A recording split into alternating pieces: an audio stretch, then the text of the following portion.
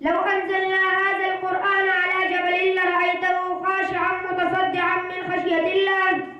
وقال النبي صلى الله عليه وسلم: خيركم من تعلم القرآن وعلمه. نہیں ہے ابتدا تیری، نہیں ہے انتہا تیری، نہیں ہے ابتدا تیری، نہیں ہے انتہا تیری. عبادت کر رہے ہیں روز شب ارض و سما تیری. تیری عبادت کرتے ہیں فلک والے زمین والے، تیری عبادت کرتے ہیں فلک والے زمین والے. ہوا کی سرسراہٹ میں بھی ہے حمد و ثنا تیری. محترم اساتذہ کرام اور میرے عزیز مہمان گرامی، السلام علیکم ورحمۃ اللہ وبرکاتہ. آج مجھے جس موضوع پر لب کشائی کا موقع ملا ہے وہ ہے قرآن کی فضیلت. میرے عزیز اساتذہ کرام، قرآن پاک اللہ تعالیٰ کی وہ آخری کتاب ہے. یہ کائنات کے لیے روح اور اس کی حقیقت اور اس کی حقیقی حیات ہے. اللہ نے اس کتاب کو سب سے اعلیٰ قرار دیا. فرمایا: ذالک الکتاب لا ریب فیہ، یہ وہ کتاب ہے جس میں کوئی شک و شبہ نہیں.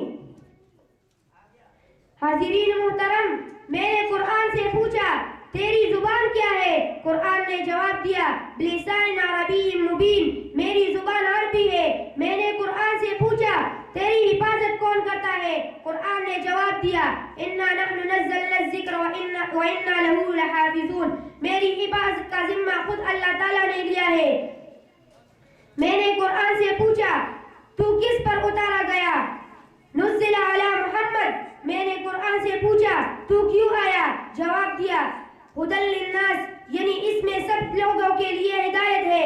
آپ صلی اللہ علیہ وسلم نے قرآن کے بارے میں ارشاد فرمایا قرآن یا تو تیرے حق میں گواہ ہوگا یا تیرے خلاف گواہ ہوگا. آپ صلی اللہ علیہ وسلم نے فرمایا میری امت کے معزز لوگ حاملین قرآن ہوگے، یعنی تم میں بہترین لوگ وہ ہیں جو قرآن سیکھے اور دوسروں کو سکھائے. میرے عزیز اساتذہ کرام، یہ وہ مقدس کتاب ہے.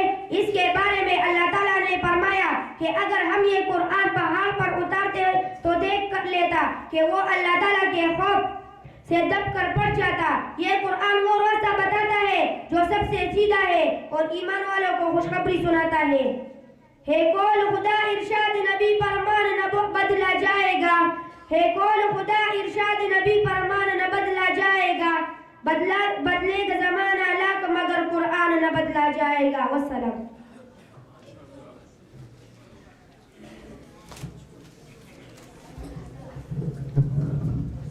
ماشاءاللہ محمد بن صفات